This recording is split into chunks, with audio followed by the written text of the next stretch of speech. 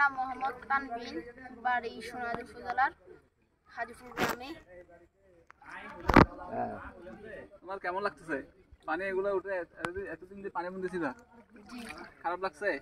School তো বন্ধ, কেমন লাগছে? মানে খারাপ লাগতেছে না বেশি? তুমি কোন ক্লাসে পড়ো? ক্লাস 7 এ।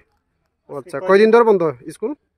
স্কুল প্রায় 6-7 দিনের মতো বন্ধ। আচ্ছা আচ্ছা, এখানে তো পানি উঠছে কয়দিন হয়েছে? 5-6 দিনের মতো। 5-6 দিন। আচ্ছা আচ্ছা আচ্ছা খাবার দাবার কিভাবে খাও?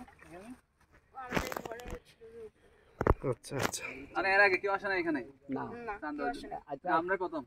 আচ্ছা শুনেন, এখানে পানি আপনারা খাওয়াছেন যে আমরা এখানে এই দূরা আরো বেশি ছিল পানি এই দূরা গলা পর্যন্ত? এই জন্য এতটুকু ছিল না? আচ্ছা আচ্ছা আচ্ছা আচ্ছা ও গাছ গাছে দেন না আচ্ছা আচ্ছা আচ্ছা, এই যে এই দূরা আসেন তো।